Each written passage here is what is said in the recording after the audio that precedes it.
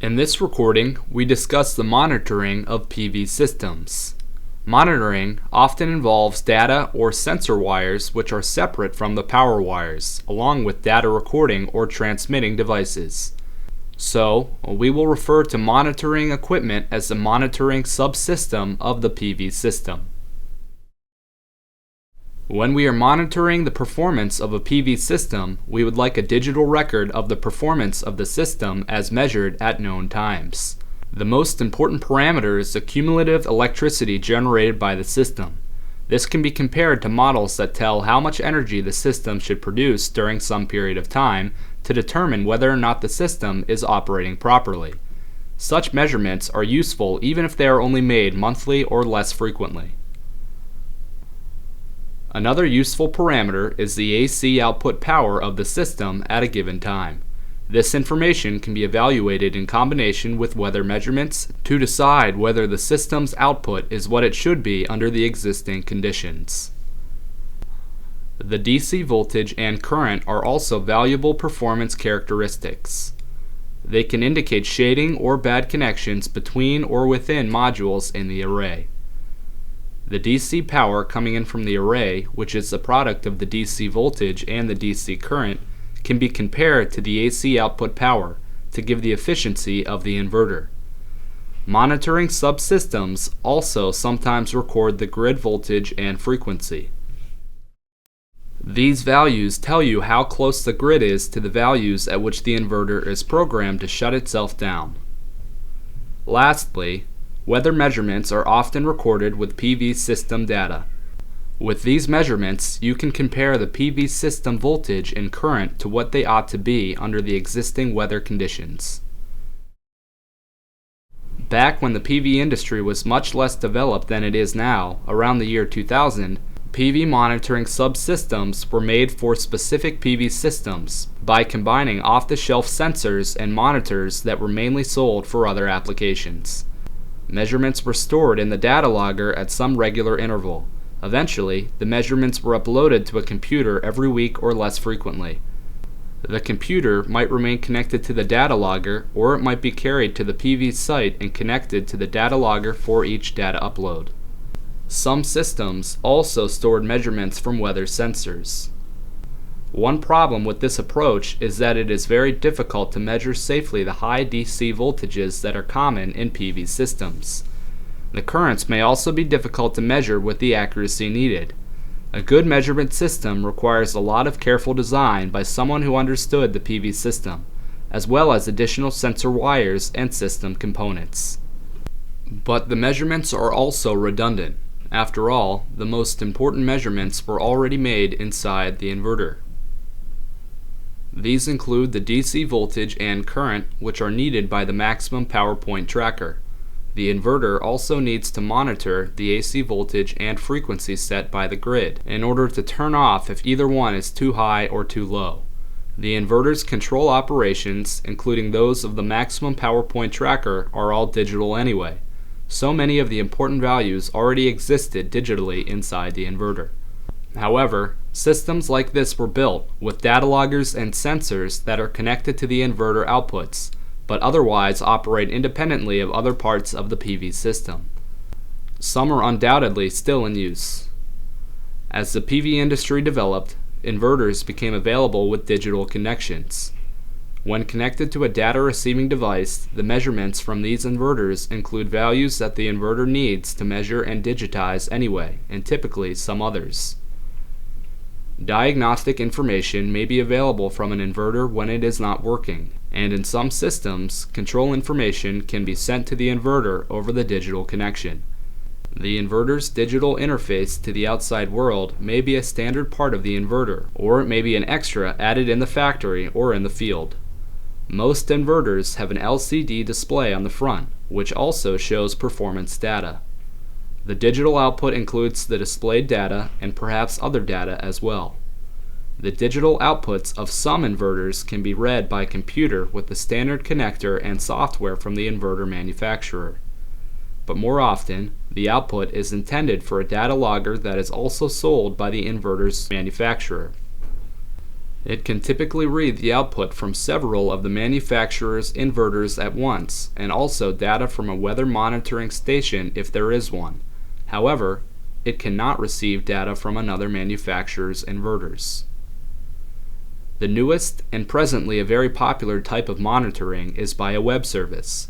In this type of monitoring, data is sent from an inverter to the manufacturer's website. The system owner can view and download the data from the website using any internet connection. The data may be password protected, or it may be available to the public. The web monitoring service may be included with the purchase of the inverter, or it may be extra. The web interface may be built into the inverter, or it may be a separate device. This type of monitoring requires internet access at the PV site. In a home, the access is over the homeowner's internet connection, using either a wired or Wi-Fi link to the homeowner's router. However, such access is not available in some places, especially for mobile PV system.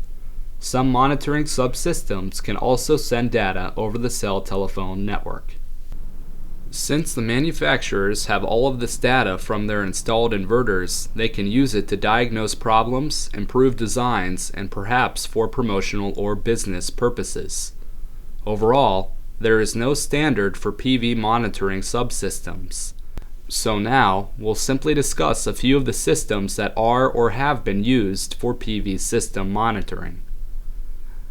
You should consider the available monitoring process when evaluating an inverter, and it may be a factor in choosing between different inverters. This is a picture of the inverter independent monitoring subsystem that was made by a company called Fat Spaniel. The company was a pioneer in using web services to monitor PV systems. It was named after a pet dog, which appears in its logo. This product is no longer made, and very little information is available about it. The product allowed an independent measure of a PV system's AC output, which was then sent by the communication gateway to the company's website.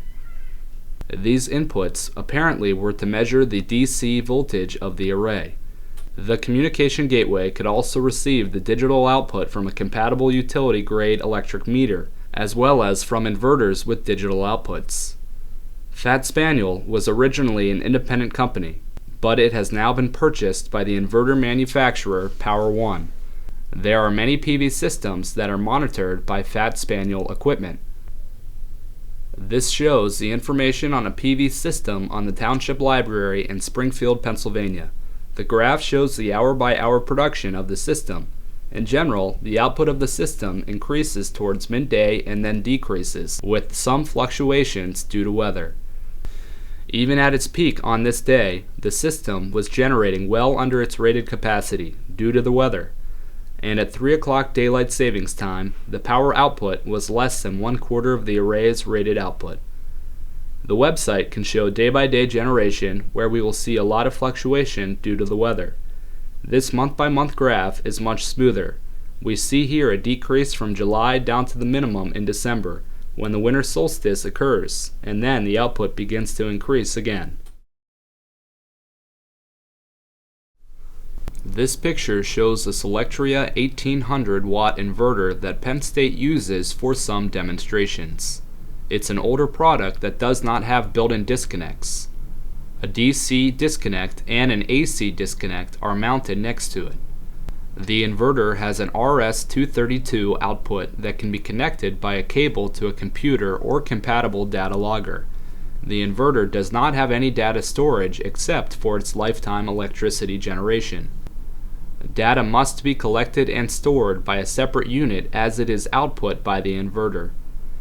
This is output from the inverter on August 10, 2011, as collected by a laptop computer connected to the inverter. Since the laptop does not have an RS-232 connection, an RS-232 to USB adapter had to be used. The system was turning on at about 9:23 in the morning. In the first column, we see the dates and times of the data records. One line of data is output by this inverter about every minute, although many of the parameters change much more quickly. The maximum PowerPoint tracker changes the DC voltage and current at least every few seconds, if not more frequently. The timestamp is followed by the inverter identification and serial numbers. Here, in the first performance data column, we see the lifetime total electricity that has been generated by this inverter. In this case, 9.0 kilowatt hours have been generated during uses on previous days. During the 6 minutes shown here, the lifetime generation went from 9.0 to 9.1 kilowatt hours. In the next column, we see the AC output of the inverter. It may be an average value over some time interval to avoid showing rapid fluctuations. Over the 6 minutes of data shown here, the AC output increased from 916 watts to 957 watts. The rated power of the array connected to the inverter was 1,980 watts. The sky was clear, but the array was pointing close to due south while the sun at this time of the day was well east of due south. The next column shows the AC voltage of this grid-connected PV system. 208 volts is a common line-to-line voltage in a low-voltage three-phase system. The computer connection can be used to set this inverter for an AC voltage of either 208 volts or 240 volts. The next column shows the AC output current of the inverter. The last data column shows the DC voltage of the array. This is the maximum power point voltage as found by the maximum power point tracker. Note that it does not always go up even when the output power goes up. After the DC voltage is a column for other information. The demonstration on this day ran until about 1 o'clock in the afternoon, with another line of data collected about every minute. By then, the lifetime generation was at 12.8 kilowatt hours. So in those 4 hours, the system generated about 3.8 kilowatt hours. Note that the DC voltage of the array went down because the array got hotter as the day progressed. This graph shows the AC output power as a function of time. For the first few hours, the sky was clear and the output increased fairly smoothly as the position of the sun changed to be closer to due south, where the array was pointed. Then, scattered clouds appeared in the sky. When a cloud covered the sun, the system's output dropped to between 250 and 500 watts. Between clouds, the output of the system was up near where it would have been if the sky had been clear. A few times, the inverter actually exceeded its rated output of 1800 watts. The recorded outputs were as high as 1893 watts, and there were several greater than 1880 watts. Collecting this data required keeping a laptop computer operating for the 4 hours that the inverter was operating that day. This is not very practical for collecting data over a long period of time. A simpler data logger could also be used, as long as it is able to collect the data in the format that the inverter outputs it. Solectria also sells a data monitor which can collect data from up to 16 Solectria inverters and transmit it through a router and the internet to the manufacturer's server. It can then be viewed and displayed from anywhere with an internet connection. The data monitor can also receive data from a revenue-grade meter and transmit it along with the inverter data. The company charges for the web service. The inverter manufacturer, Fronius, sells a PV monitoring subsystem shown in the schematic diagram. Multiple Fronius inverters can be connected to the same data logger using communications cables. Simultaneous weather measurements can also be recorded by connecting the weather transducers to a sensor box which is also part of the data network. A communications card needs to be added to each inverter to allow it to communicate with the data logger. This card can be installed in the field or by the vendor. The data logger can store the information sent to it for a period ranging from several days to several weeks, depending on how many inverters or other devices are sending data to it and how often they are sending it. Data can be uploaded from the data logger using an RS-232 connection to a computer. As shown, the computer needs to be near the data logger. However, there are options for transmitting the RS-232 signal for longer distances. For example, if there is an internet connection near the data logger, then an RS-232 to Internet interface can be used, and then a computer anywhere else on the Internet can communicate with the data logger. Newer versions of the Fronius data logger use an Ethernet connection, either directly to a computer or to a local area network. When the data logger is connected to a local area network, it can be read by any other computer on the network. Fronius also has a web service which can receive data from the new version of the data logger. Accessing data about a PV system from the company's website generally requires a password, but the graphs above are available to the public. These graphs were available on March 20th, 2013. The upper graph shows the total electricity generation for each day of the current month. The lower graph shows the output power for the current day and 2 previous days. The jagged lines are caused by fluctuations in cloud cover. It was mid-afternoon in Europe when these graphs were seen on the website, which is when the data ends.